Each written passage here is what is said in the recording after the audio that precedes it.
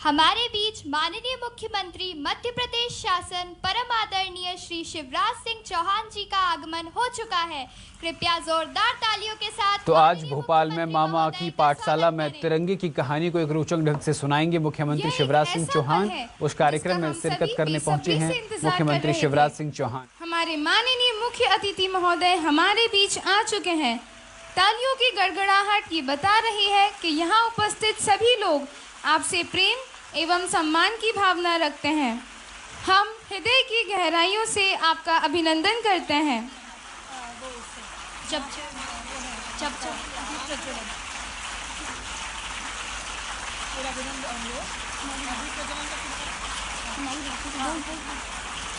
हमारी भारतीय संस्कृति में किसी भी शुभ कार्य की शुरुआत ईश्वर की वंदना से की जाती है। मैं हमारे बीच उपस्थित माननीय मुख्य अतिथि एवं सभी गणमान्य अतिथियों से विनम्र निवेदन करूंगी कि वे मां सरस्वती की प्रतिमा एवं मां भारती के तैल चित्र के समक्ष दीप प्रज्वलन कर कार्यक्रम का शुभारंभ करें।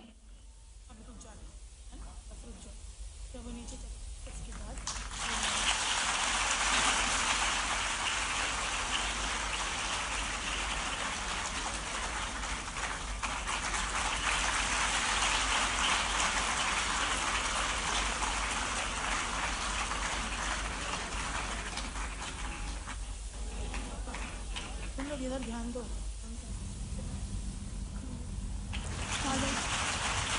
तो आप मुख्यमंत्री शिवराज सिंह चौहान की तस्वीरें सीधी लाइव अपनी टीवी स्क्रीन पर देख रहे हैं, जहां आज मामा की पाठशाला में तिरंगे की कहानी को विस्तार से बताने के लिए, एक रोचक ढंग से बताने के लिए उन्होंने इस कार्यक्रम में शिरकत की है। और अभी मां सरस्वती के समक्ष दीप प्रज्वलन कर कार्यक्रम की विधिवत शुरुआत कर रहे हैं मुख्यमंत्री शिवराज सिंह चौहान। हर घर तिरंगा घर घर तिरंगा अभियान के तहत तिरंगे के विषय में एक रोचक तरीके से पूरी कहानी विस्तार से बताने के लिए आज छात्र छात्राओं के बीच कार्यक्रम में शिरकत कर रहे हैं। मॉडल पब्लिक स्कूल में पहुंचे हैं, जहां दीप प्रज्वलन कर कार्यक्रम की शुरुआत कर रहे हैं मुख्यमंत्री शिवराज सिंह चौहान। छात्र छात्राएं कार्यक्रम में सम्मिलित हैं। तो आप ये सीधी तस्वीरें भोपाल से देख रहे हैं न्यूज़ 24 मध्य प्रदेश छत्तीसगढ़ पर। हर घर तिरंगा महाअभियान को लेकर के मुख्यमंत्री शिवराज सिंह चौहान लगातार जन जागरूकता रैली कर रहे हैं। एक बार पुनः हमारे मुख्य अतिथि के बड़ा लिए झील हो जोरदार तालियां। या सड़क हो, चाहे कार्यक्रम की रैली हो, हर तरफ हर घर तिरंगा अभियान की मुहिम को लगातार पुरजोर तरीके से जोर शोर से लगे हुए हैं उसे अग्रसर करने में। उसी क्रम में आज मॉडल पब्लिक स्कूल में मुख्यमंत्री शिवराज सिंह चौहान पहुंचे हैं, जहां छात्र छात्राओं के बीच तिरंगे की कहानी को रोचक तरीके से पूरे विस्तार से तिरंगे का इतिहास छात्र छात्राओं के बीच शिवराज सिंह चौहान रखेंगे। तो और इस पूरे कार्यक्रम का नाम दिया गया है मामा की पाठशाला।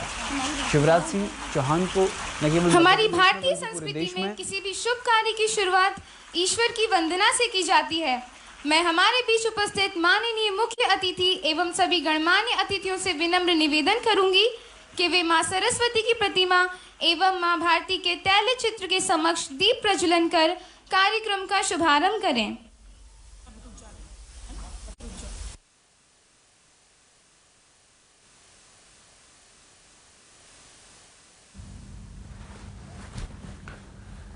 तो ये कैडेट्स आपको परेड करते हुए दिख रहे हैं।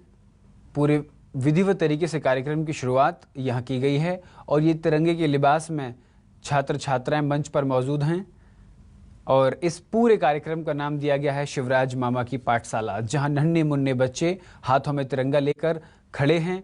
उनके साथ साथ कैडेट्स, स्काउट गाइड के कैडेट्स हों या एनसीसी कैडेट्स हों, वो आप टीवी स्क्रीन पर देख सकते हैं। देशभक्ति का जज्बा, जुनून अपने दिल में लिए हुए ये कैडेट्स परेड कर रहे हैं, मार्च निकाल रहे हैं और उसके साथ साथ इस कार्यक्रम का खूबसूरत आगाज़ कर रहे हैं। ये मंच की तस्वीरें आप अपनी टीवी स्क्रीन पर देख रहे हैं, जहां छात्र छात्राएं देशभक्ति गीत गुनगुना रही हैं। ये तिरंगे के लिबास में आप छात्र छात्राओं को मॉडल पब्लिक स्कूल से सीधी लाइव तस्वीरें देख रहे हैं। यहाँ का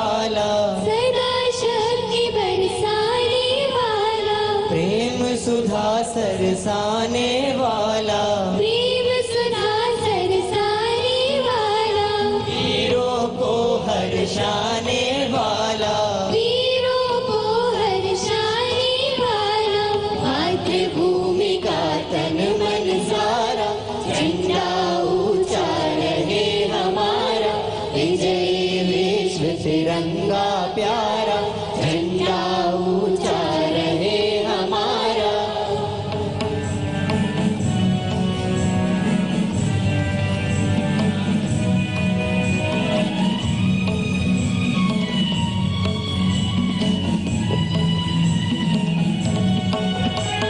स्वतंत्रता के भीषण रण में, स्वतंत्रता के भीषण रण में, रख कर बड़े जोश क्षण क्षण में, रख कर बड़े जोश क्षण क्षण में, कांपे शत्रु देख कर मन में, कामे शत्रु देख कर मन में, मिट जाए भय संकट सारा, झंडा ऊंचा रहे हमारा, विजय विश्व तिरंगा प्यारा, झंडा ऊंचा रहे हमारा।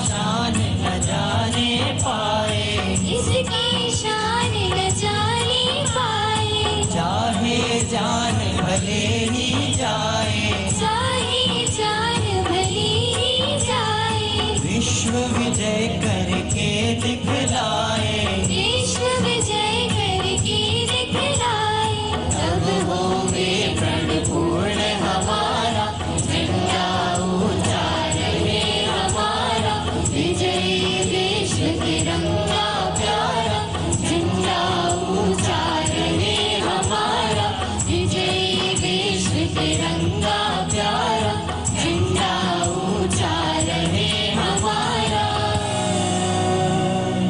भारत माता की।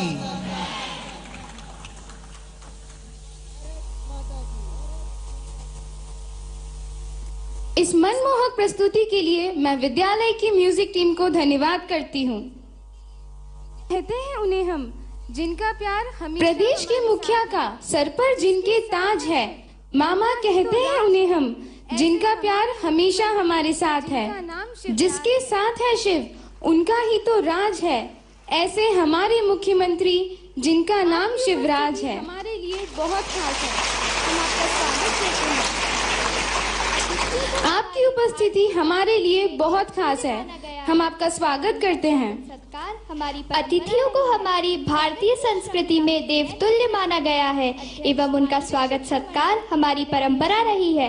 स्वागत की श्रृंखला में मैं निवेदन करूंगी अध्यक्ष माध्यमिक शिक्षा मंडल आदरणीय श्रीमती वीरा राणा मैम, प्रमुख सचिव स्कूल शिक्षा विभाग आदरणीय श्रीमती रश्मि अरुण शमी मैम एवं आयुक्त महोदय लोक शिक्षण संचालनालय आदरणीय श्री अभय वर्मा जी से कि वह हमारे बीच उपस्थित माननीय मुख्यमंत्री महोदय का पौधों से स्वागत करें।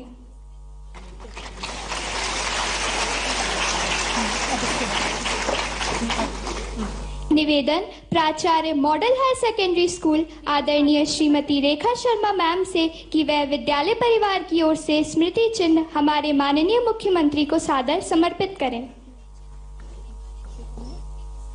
हमारे माननीय मुख्यमंत्री जी से अनुरोध है कि वे हर घर तिरंगा अभियान हेतु जागरूक करने के लिए मॉडल स्कूल द्वारा तैयार किए गए लीफ फ्लैग का अपने कर कमलों से विमोचन करें।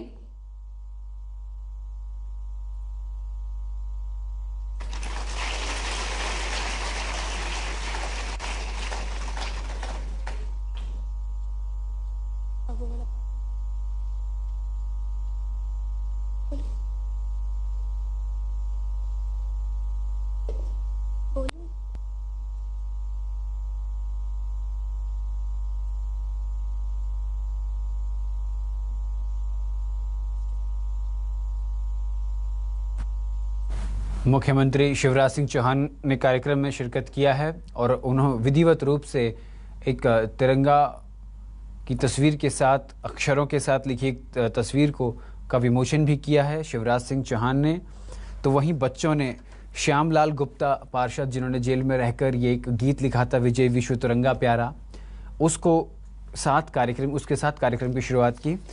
आपको बता दें कि यह विजय हमारा विश्व तिरंगा सौभाग्य प्यारा है कि आज हमारे बीच कार्यक्रम के मुख्य अतिथि के रूप में माननीय मुख्यमंत्री महोदय उपस्थित हैं।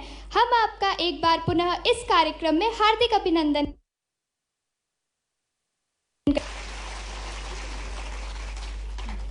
माननीय मुख्यमंत्री जी, समय समय पर हम विद्यार्थियों को संबोधित करते आए हैं, हमें प्रेरित और प्रोत्साहित करते आए हैं। एक आदर्श के रूप में हमारे मन में आपका विशेष स्थान है। ये कार्यक्रम हम विद्यार्थियों के लिए खास महत्व रखता है, क्योंकि कुछ अलग है जिनका अंदाज, जिनके मन में सदैव हमारे लिए है जगह खास। आज वो बताएंगे हमें तिरंगे का इतिहास। जी हाँ, आज होगी हमारी एक विशेष क्लास। माननीय मुख्यमंत्री जी आज हमें एक शिक्षक की भूमिका में दिखेंगे और केवल इस हॉल में उपस्थित विद्यार्थी ही नहीं, बल्कि भोपाल दूरदर्शन एवं रेडियो के माध्यम से सीधा प्रसारण हमारे प्रदेश के सभी विद्यार्थी देख और सुन पाएंगे। अतः आज के इस कार्यक्रम में संबोधन एवं विशेष क्लास हेतु मैं माननीय मुख्यमंत्री जी को सादर आमंत्रित करती हूँ। कृपया जोरदार तालियां हमारे माननीय मुख्य अतिथि महोदय के लिए।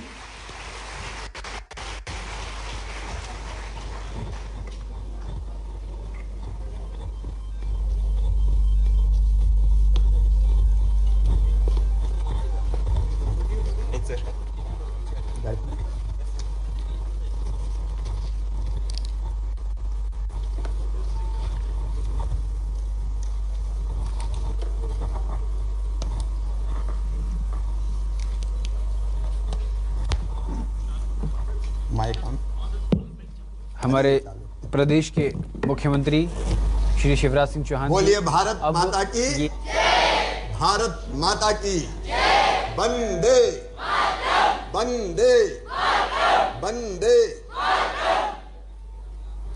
हमारा सभी शिक्षा परिवार, गुरुजन और यहाँ मेरे अपने स्कूल में, मैं भी यही पढ़ा हूं, तो मॉडर्न स्कूल में और पूरे प्रदेश में आज मुझे सुन रहे मेरे प्रिय बेटा बेटियों, भांजे भांजियों, आप सबको शुभकामनाएं और आशीर्वाद। झंडा ऊंचा रहे हमारा, विजयी विश्व तिरंगा प्यारा, इसकी शान न जाने पाए, चाहे जान भले ही जाए। ये केवल गीत नहीं, ये आजादी की लड़ाई का मंत्र था। मेरे प्रिय बेटा बेटियों, हम सब जानते हैं, लेकिन एक बार मैं संक्षेप में आपको बताना चाहता हूं। अपना देश भारत अत्यंत प्राचीन और महान राष्ट्र, 5000 साल से ज्यादा ज्ञात इतिहास है हमारा। जब दुनिया के विकसित देशों में, चाहे यूएस हो, अमेरिका हो या बाकी देश, जब सभ्यता के सूर्य का उदय नहीं हुआ था, तब हमारे देश में वेदों की ऋचाएं रच दी गई थी। दुनिया को ज्ञान का प्रकाश दिया भारत ने। तक्षशिला और नालंदा जैसे विश्वविद्यालय हमारे यहां थे, जहां पढ़ने दुनिया के कई देशों के विद्यार्थी आया करते थे। एक नहीं अनेकों विदेशी यात्रियों ने लिखा है। भारत के ग्रंथ कई दुनिया के कई देशों में गए। हम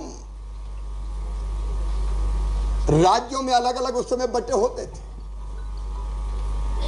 लेकिन सांस्कृतिक रूप से भारत एक था। गौरवशाली इतिहास है हमारा, जिस पे हमें गर्व है।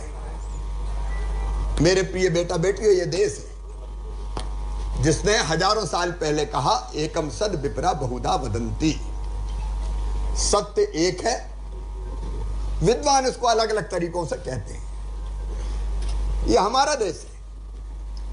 संयुक्त राष्ट्र संघ का उदय हुआ सेकेंड वर्ल्ड वॉर के बाद, द्वितीय विश्व युद्ध के बाद, लेकिन भारत ने हजारों साल पहले कह दिया था अयम निजम परावेत्ति गणना लघुचेत साम उदार चरिता नाम तो वसुदैव कुटुंबकम। ये मेरा है, ये तेरा है।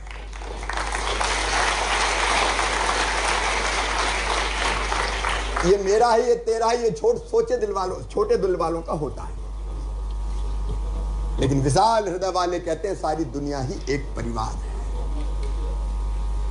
अपना देश है जहां हमने कहा प्राणियों में सद्भावना हो और विश्व का कल्याण हो। केवल अपने कल्याण की कामना हमने नहीं की। ये अपनी धरती है जहां ऋषियों ने हजारों साल पहले गाया सर्वे भवन्तु सुखिनः सर्वे सन्तु निरामया सर्वे भद्राणि पश्यन्तु मां कश्चित दुर्भाग भवेत्।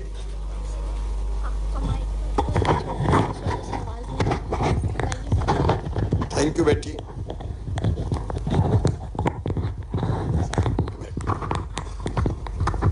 सहयोग के लिए मेरी लाडली भांजी को धन्यवाद।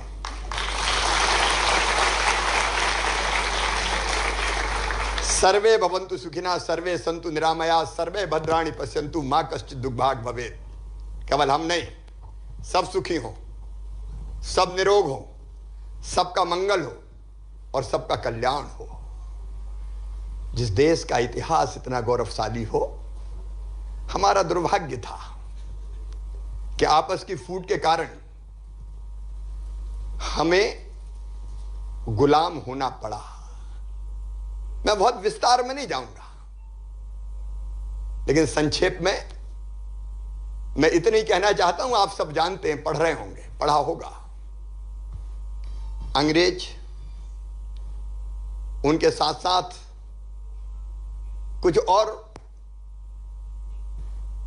ऐसे देश जो दुनिया के दूसरे देशों पर उनकी धन और संपत्ति पर जिनकी नजर होती थी। अब भारत की समृद्धि की चर्चा दुनिया में थी। आप सबको पता, पुर्तगीज, डच, अंग्रेज भारत की तरफ आए और अंग्रेज भी आए थे व्यापारी बनकर। ईस्ट इंडिया कंपनी व्यापार करने आई थी, लेकिन उस समय दुर्भाग्य से देश की परिस्थितियां ऐसी थी कि जो स्थानीय राजा और शासक थे वो एक दूसरे से लड़ रहे होते थे, नीचा दिखाने की कोशिश करते थे दूसरे को, और किसी तीसरे के साथ मिलकर भी इसको हरा दें। इस तरह की मानसिकता और प्रवृत्ति पनपी थी। इस कमजोरी को अंग्रेजों ने समझ लिया और हाथ में तराजू लेके आए थे। बाद में धीरे धीरे फूट डालो और राज करो की रणनीति उन्होंने अपनाई और धीरे धीरे एक के बाद एक राज्य अपने अधिकार में लेते रहे। और कहते हुए तकलीफ होती है, अपनी कमजोरियों के कारण हम परतंत्र हो गए, हम गुलाम हो गए। ऐसा नहीं कि उस समय हम लड़े नहीं, लड़े, अलग अलग लड़े। और अंग्रेजों के खिलाफ लड़ाई 1761 में ही शुरू हो गई थी। 1761 से लेकर 1765 तक सन्यासी विद्रोह, फकीर विद्रोह, तब से हमारी लड़ाई प्रारंभ हुई। लेकिन फिर आया 1857। मैं पूछना चाहता हूं बेटा बेटियों, पहला स्वतंत्रता संग्राम कब प्रारंभ हुआ? बताओ, बताइए। 1857 में। और शुरू किया किसने शुरू किया? अमर क्रांतिकारी मंगल पांडे ने। चमक उठी सन 57 में। वो तलवार पुरानी थी, बूढ़े भारत में भी आई, फिर से नई जवानी थी। पूरा देश के अलग अलग क्रांतिकारी इकट्ठा होने लगे। हमने नाम सुना है और हमने पढ़ा है, नाना साहब पेशवा, तात्या टोपे, महारानी लक्ष्मीबाई, बहादुर शाह जफर, अमर शहीद कुंवर सिंह, एक नहीं अनेकों क्रांतिकारियों ने, राजाओं ने। उस समय रानी झांसी ने कह दिया था, रक्त की अंतिम बूंद दे दूंगी लेकिन अपनी झांसी नहीं दूंगी। एक संकल्प, अंग्रेजों को खदेड़ दो। यह जरूर है कि तय समय से पहले ही क्रांति की ज्वालाएं धधक उठी, इसलिए योजना शायद पूरी नहीं बन पाई। और केवल देश में नहीं, महारानी लक्ष्मीबाई तो झांसी से लड़ी, अभी उम्र कुल 23 की थी, मनुज नहीं अवतारी थी, हमको जीवित करने आई, बन स्वतंत्रता नारी थी, दिखा गई पथ सिखा गई, जो हमको सीख सिखानी थी। खूब लड़ी मर्दानी वो तो एक नहीं अनेकों गाथाएं।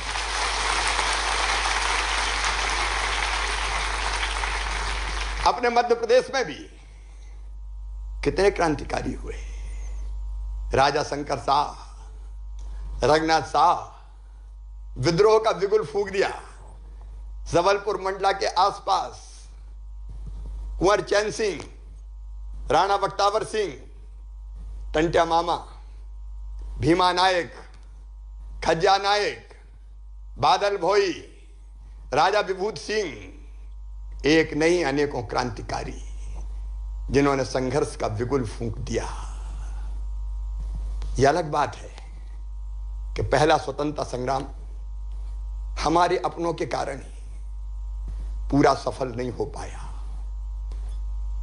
कुचलने की अंग्रेजों ने कोशिश की, हमारे कई क्रांतिकारी मारे गए, बलिदान हो गए, रक्त की अंतिम बूंद तक उन्होंने दे दी, और कई को अंडमान निकोबार जैसे अलग अलग जेलों में भी जाना पड़ा। लेकिन क्रांति की ज्वालाएं लगातार धधकती रही और आजादी की लड़ाई की बाद में दो धाराएं बन गई। एक धारा थी स्वतंत्रता संग्राम सेनानियों की, पंडित मदन मोहन मालवीय, लोकमान्य तिलक, विपिन चंद्र पाल, लाला लाजपत राय, और बाद में आए दक्षिण अफ्रीका में अन्याय और शोषण के खिलाफ लड़के, रंग भेद की नीति के खिलाफ संघर्ष चला के और विजयी होके महात्मा गांधी। एक धारा थी कि हम अहिंसक आंदोलन करेंगे। लोकमान्य तिलक ने उस समय कह दिया था, स्वराज मेरा जन्म सिद्ध अधिकार है और मैं उसे लेके रहूंगा।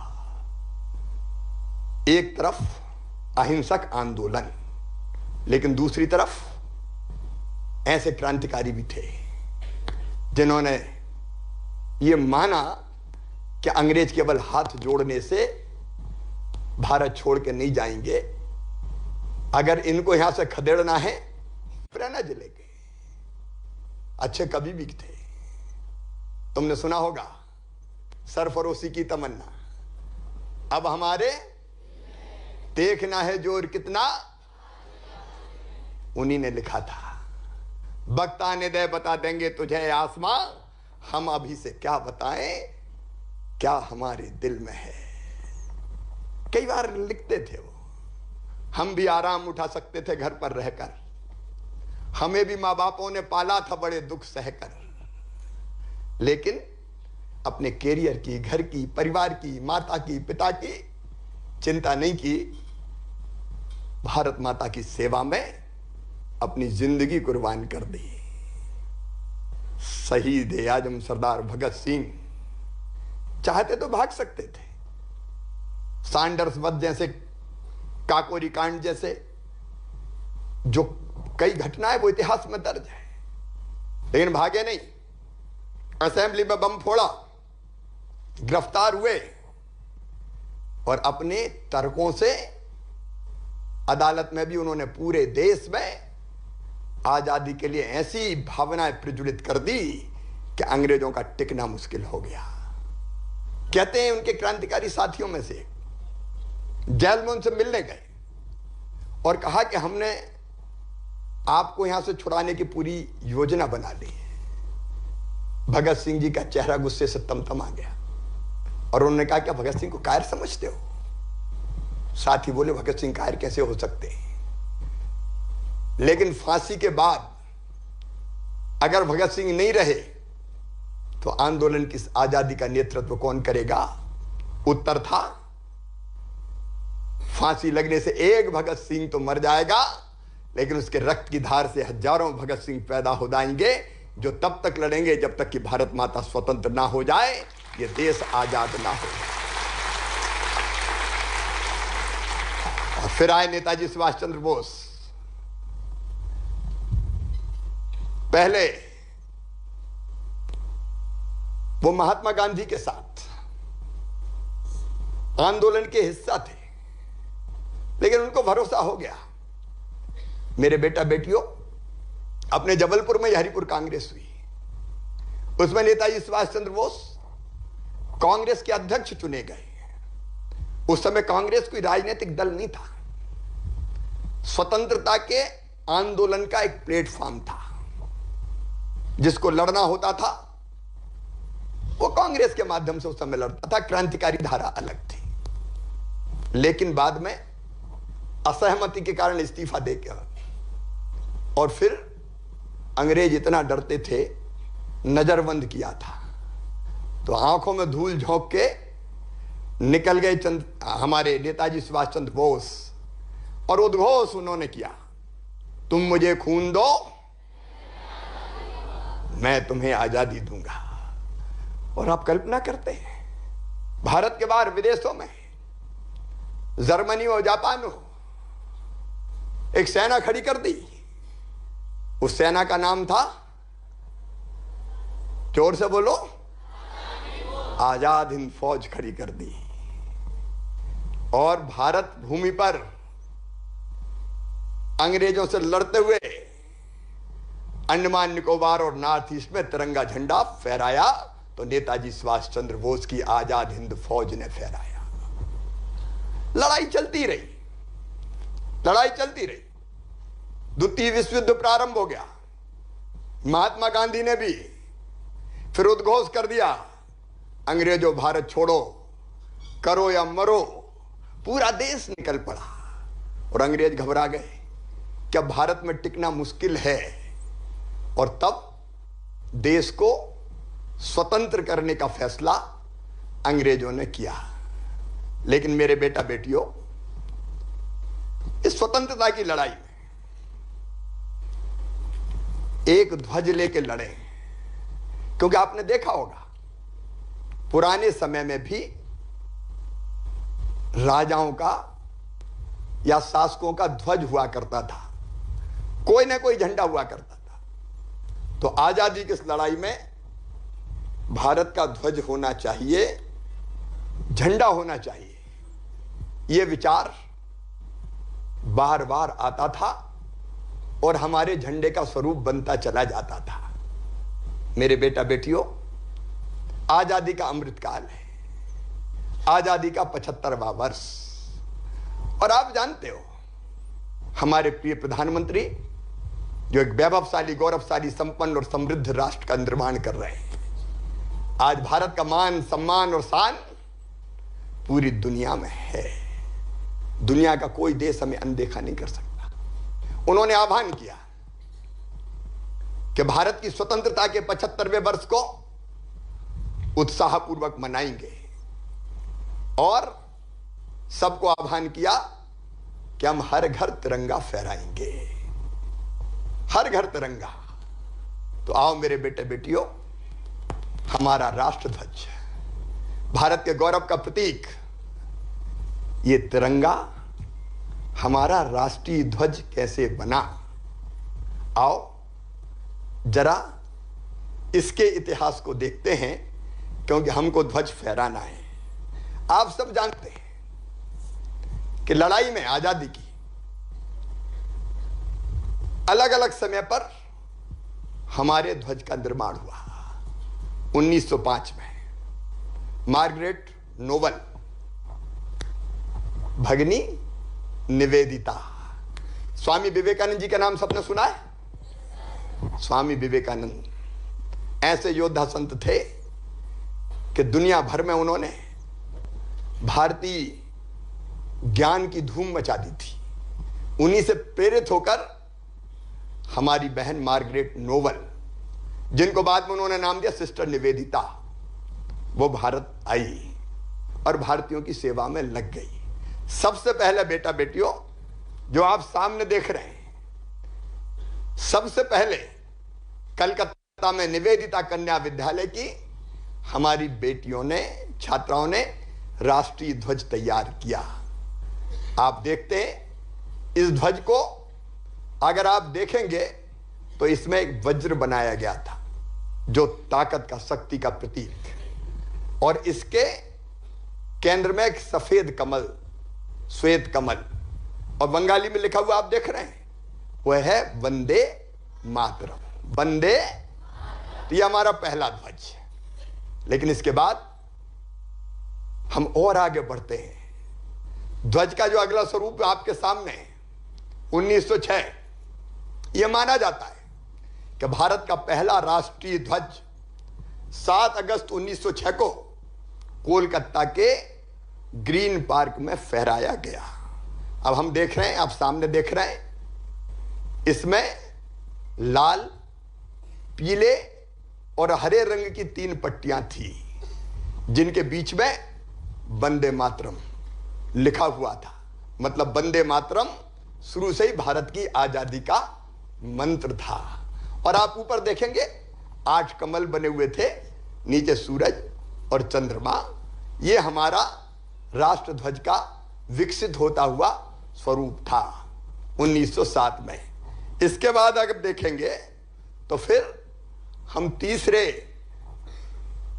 स्वरूप की तरफ राष्ट्र ध्वज के बढ़ते हैं। और यह तीसरा स्वरूप 1907 में मैडम भीकाजी कामा, मैडम भीकाजी कामा, यह सुप्रसिद्ध स्वतंत्रता संग्राम सेनानी थी, क्रांतिकारी थी। भारत से उनको निर्वासित किया गया था, लेकिन जर्मनी में भी उन्होंने, जर्मनी में सोशलिस्ट कांग्रेस बनाई और सोशलिस्ट कांग्रेस के अधिवेशन में उन्होंने ये ध्वज फहराया था। विदेशी भूमि पर फहराया जाने वाला यह पहला भारतीय ध्वज था। इसे भारत के स्वतंत्रता का ध्वज का नाम दिया गया। और यहां भी आप देखेंगे, हम ऊपर देखेंगे कमल, वंदे मातरम और सूरज और चंद्रमा। ये इसका स्वरूप था। तिरंगे का स्वरूप धीरे धीरे बदलता हुआ चला गया। उसके बाद फिर 1917 आया। 1917 में एक आंदोलन उस समय चल रहा था। Lokmanya Tilak, madam Annie Besant थी विदेशी, लेकिन भारत की भक्त थी। भारत का ज्ञान, भारत के विज्ञान, भारत का अध्यात्म वो उनके रग रग में रचा बसा था। लोकमान्य तिलक ने उस समय भारत में स्वशासन की स्थापना के उद्देश्य एक होम रूल आंदोलन चल रहा था। होम रूल का मतलब ब्रिटिश गवर्नमेंट के अंतर्गत ही एक स्वशासन का अधिकार और अधिक अधिकार यह भारत को मिले। तो होम रूल आंदोलन, उसके प्रमुख भाग के रूप में एक नया झंडा अपनाया गया। आप देखेंगे इसमें आपको 5 लाल और 4 हरी आड़ी धारियां दिखेंगी। ऊपर आप यूनियन जैक को भी देखेंगे, क्योंकि उस समय वो ब्रिटिश साम्राज्य के अंतर्गत ही उन्होंने कल्पना की थी कि हमको स्वशासन के और अधिक अधिकार दिए जाएं।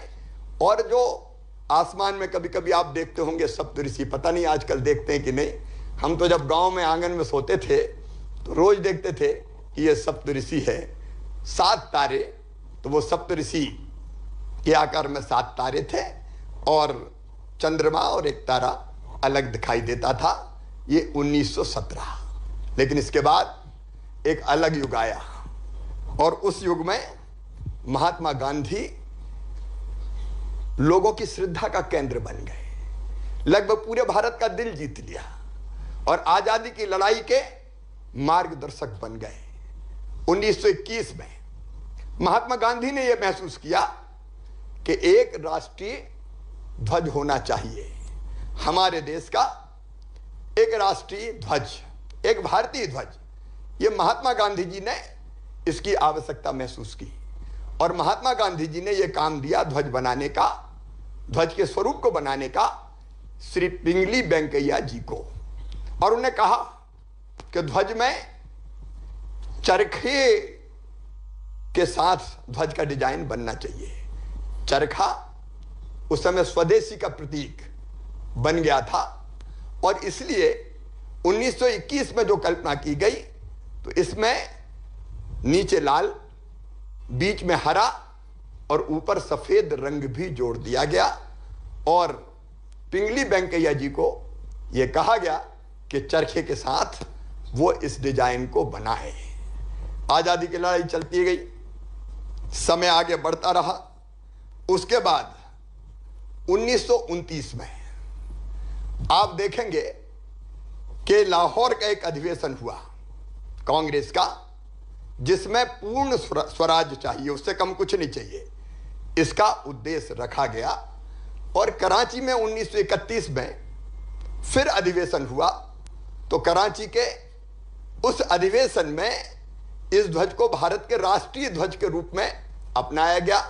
आप देखेंगे ऊपर आप देखेंगे लाल रंग, बीच में श्वेत मतलब सफेद रंग और नीचे हरा रंग, और तीनों रंग के अपने अपने महत्व और प्रतीक थे।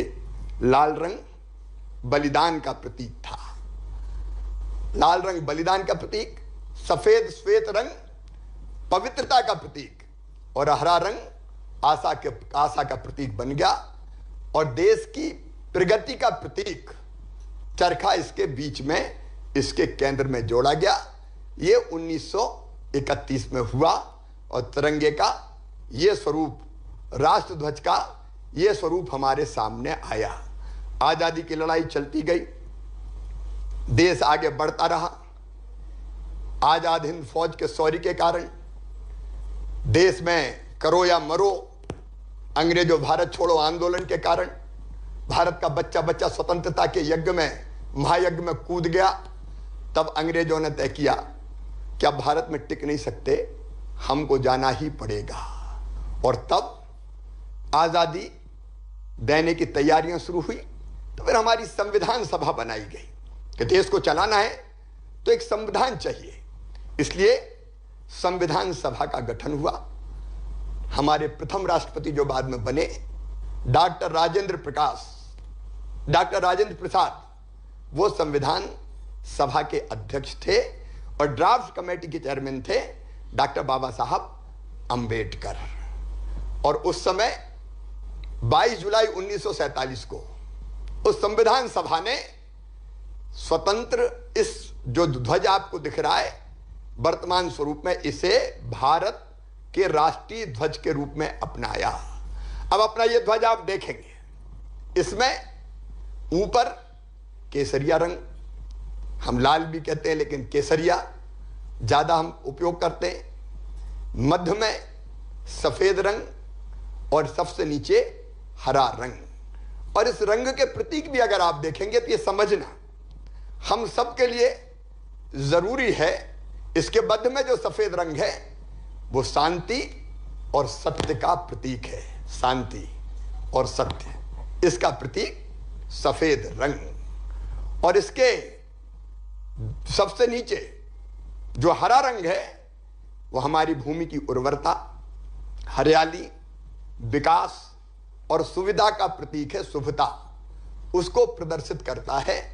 और ध्वज के बीच में चरखे के स्थान पर यह 24 तीलियों वाला चक्र है, ये 24 तीलियों वाला चक्र। और ये चक्र हमको ये दिखाता है कि गति ही जीवन है और ठहराव ही मृत्यु, चलना ही जिंदगी है, रुकना है मौत तेरी, ये इसका प्रतीक है। मतलब काम करते रहो, चलते रहो, चलते रहो, चलते रहो, गतिशील रहो, इसका प्रतीक है। और ये हमारा आज प्राणों से प्यारा तिरंगा हमारा राष्ट्रीय ध्वज है। मैं अपने बच्चों को कुछ और महत्वपूर्ण बातें जरूर समझाना चाहता हूं। हम जाने ये सब कि हमारे तिरंगे में, हमारे राष्ट्रीय ध्वज में लंबाई और चौड़ाई का क्या है। यह अनुपात है 3:2, मतलब 3 लंबाई और 2 चौड़ाई। अगर 3 मीटर लंबाई है तो 2 मीटर चौड़ाई, 3 फीट लंबाई है तो 2 फीट चौड़ाई, ये अनुपात है। और बाकी आपने अभी देखा ही है, तीनों रंग और केंद्र में 24 धारियों के साथ एक गहरा नीले रंग का चक्र। हम और आगे बढ़ते हैं तो मैंने जैसा बताया, पिंगली वेंकैया जी इस ध्वज के रचनाकार थे।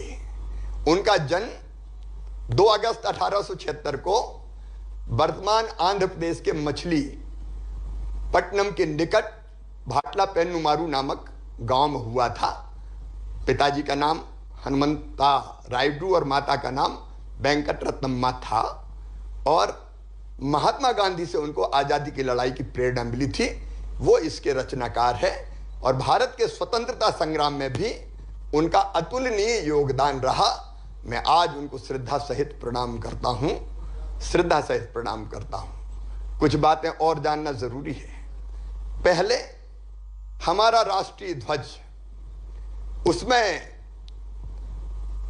यह प्रावधान था ध्वज संहिता में कि केवल हाथ से कता हुआ और हाथ से बनाए गए खादी का ही राष्ट्रीय ध्वज होगा।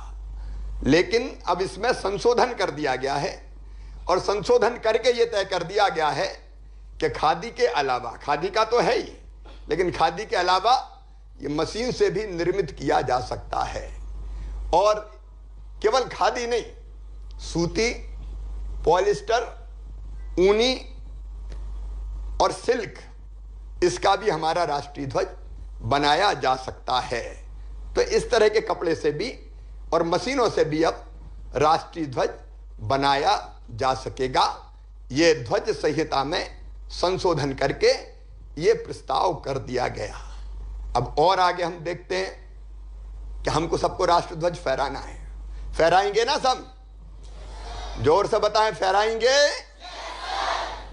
13 से लेकर 15 के बीच फहराना है। मैंने भी राष्ट्रीय ध्वज ले लिया, आपने भी लिया कि नहीं? लिया कि नहीं? नहीं लिया तो लेना। और एक बात मम्मी पापा से भी कह देना कि हम अपने पसीने की कमाई से खरीदा हुआ राष्ट्र ध्वज ही फहराएंगे। ठीक बात है कि नहीं? ये कोई के बांट दो, वितरण कर दो, अरे राष्ट्रीय गौरव का प्रतीक है, भारत के लोगों की आशाओं और आकांक्षाओं को दर्शाता है। इसकी शान न जाने पाए हम गाते हैं, तो हम लेके खून पसीने की कमाई से राष्ट्र ध्वज फहराएंगे। और राष्ट्र ध्वज को फहराते समय कुछ बातों का ध्यान रखना बहुत जरूरी है। यह मैं आपको इसलिए बता रहा हूं कि आपको अपने हाथ से फहराना है, और इसलिए इन बातों को ध्यान रखिए। जब भी ध्वज फहराया जाए तो सम्मानपूर्ण स्थान पर ही फहराया जाए। ऐसी जगह नहीं लगाया जाए कि आधा दिख रहा है, आधा नहीं दिख रहा है। स्पष्ट रूप से दिखाई देना चाहिए। सम्मान के साथ राष्ट्रीय ध्वज को फहराना चाहिए। मेरे प्रिय बेटा बेटियों, मैं प्रदेश भर के अपने बच्चों से कहना चाहता हूं, अब इस बात का प्रावधान है। पहले राष्ट्रीय ध्वज सूर्योदय के साथ सूर्यास्त तक फहराया जा सकता था, लेकिन अब संशोधन कर दिया गया है। और अगर झंडा खुले में फहराया जाता है या जनता के किसी व्यक्ति के द्वारा, पहले कोई व्यक्ति अपने घर पर नहीं फहरा सकता था, आपको पता है, संस्थानों में ही फहराते थे, लेकिन घर पर फहराया जाता है तो उसे दिन के साथ साथ रात में भी फहराया जा सकता है। मतलब सूर्यास्त के साथ झंडे को उतारने की आवश्यकता नहीं है। जो रात दिन फहरा सकते हैं हम, इसलिए 13 को फहराएंगे तो 13, 14, 15 हमारा झंडा फहराएगा, लहर लहर लहराएगा और देश का मान और सम्मान बढ़ाएगा। लेकिन एक बात और ध्यान रखना कि हम जब झंडे को, ध्वज को फहराएं तो अलसाए हुए से, निरुत्साहित से वैसे नहीं फहराना, पूरे इस उत्साह, आनंद और स्फूर्ति के साथ फहराना है। तो फहराना है स्फूर्ति के साथ। और जब झंडे को उतारना है तो धीरे धीरे आदर के साथ उतारना है, क्योंकि हमारा राष्ट्रीय ध्वज हमारे गौरव का और देश के सम्मान का प्रतीक है। जब बिगुल की आवाज के साथ ध्वज का ध्यान रखा जाए तो इस बात का ध्यान रखा जाए कि बिगुल की आवाज के साथ ही फहराया जाए और बिगुल की आवाज के साथ ही उतारा जाए। यह ध्यान रखना जरूरी है। और एक बात और ध्यान रखना, ध्वज को फहराते समय ये जरूरी बातें, इसलिए मैं अपने बेटा बेटियों को बता रहा हूं। फटा या मैला ध्वज, देखिए राष्ट्र ध्वज है तो क्या फटा फहराना चाहिए क्या? बिल्कुल नहीं। तो फटा या मैला, क्योंकि हमारे सम्मान और गौरव का प्रतीक है, तो फटा या मैला ध्वज नहीं फहराया जाता। दूसरे, हमने देखा होगा कि कई बार जब राष्ट्रीय कोई ऐसी घटना हो जाती है, कोई महापुरुष चले जाते हैं तो राष्ट्रीय शोक की घोषणा होती है। तो राष्ट्रीय शोक के समय ध्वज को आधा झुका दिया जाता है, उसके अलावा आधा झुका नहीं रहे, मतलब झुका हुआ नहीं रहेगा, लहराता हुआ रहेगा। केवल राष्ट्रीय शोक के अवसर ही ध्वज को आधा झुकाते हैं। और एक बात का ध्यान और रखना, सबसे ऊपर है हमारा तिरंगा, राष्ट्र ध्वज। तो कोई और ध्वज ना तो तिरंगे से ऊपर होगा ना तिरंगे के बराबर होगा, ना बराबर ना ऊपर, सबसे ऊपर होगा हमारा राष्ट्र ध्वज तिरंगा। और एक बात और, हम राष्ट्रीय ध्वज पर कुछ लिख नहीं सकते। राष्ट्रीय ध्वज पर ना कुछ लिखा जाता है और ना कुछ छापा जाता है। इसका ध्यान रखना है मेरे प्रिय बेटा बेटियों। आज मैंने कोशिश की तिरंगे का इतिहास आपको बताने की। बोलो, समझ में आया क्या? ऐसे ही तो नहीं कह रहे? अब हम सब राष्ट्र ध्वज फहराएंगे। जोर से बताओ, फहराएंगे? तो बोलिए, भारत माता की वंदे वंदे। धन्यवाद।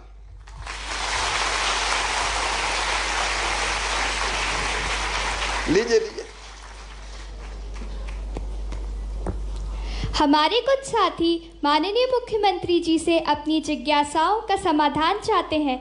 इस श्रृंखला में मैं सर्वप्रथम वीडियो कॉन्फ्रेंसिंग के माध्यम से जुड़े शासकीय उच्चतर माध्यमिक विद्यालय सुहागपुर जिला शहडोल से देव बैगा, जो कि कक्षा 9वीं के विद्यार्थी हैं, आपके समक्ष अपना प्रश्न रखेंगे। बोलो बेटा।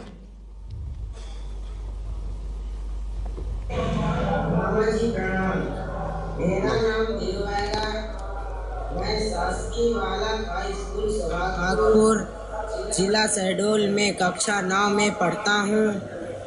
आपसे मेरा एक प्रश्न है। जैसा कि हम सभी प्रतिवर्ष स्वतंत्रता दिवस मनाते हैं, किंतु 1 या 2 दिन बाद हम सभी अपने दैनिक जीवन में व्यस्त हो जाते हैं। इस वर्ष आज़ादी के अमृत महोत्सव का उत्साह बहुत ही अलग है।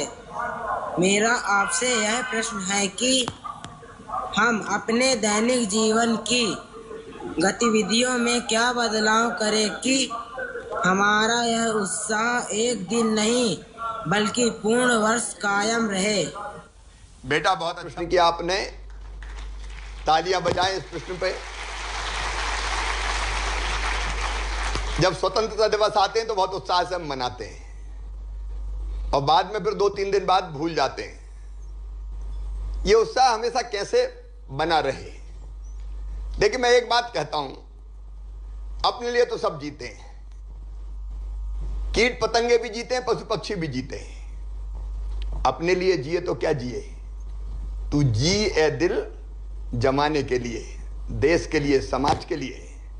यह भाव अगर मन में आता है तो प्रेरणा लगातार फिर बनी रहती है कि हम अपने बारे में तो सोचें, अपने कैरियर के बारे में भी सोचें, लेकिन हम अपने देश के बारे में भी सोचें, अपने समाज के बारे में भी सोचें।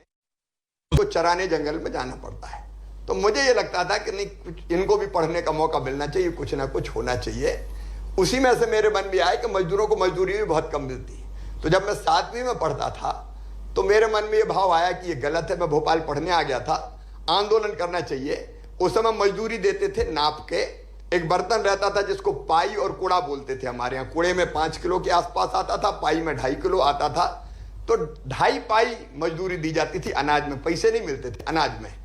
तो मैंने एक दिन मजदूरों को बुलाया, छोटा था तो कुछ आए कुछ नहीं आए, और मैंने कहा कि देखो ये अन्याय है, दिन भर काम करते हो और 2.5 पाई मजदूरी मिलती है। तो बोले भैया हम क्या कर सकते हैं। मैंने कहा आंदोलन करो, 2.5 पाई नहीं 5 पाई लेंगे। तो बोले उससे क्या होगा। मैंने कहा किसान काम कौन से करवाएंगे, तुमसे ही करवाएंगे, नहीं करोगे तो मजबूर होकर देंगे।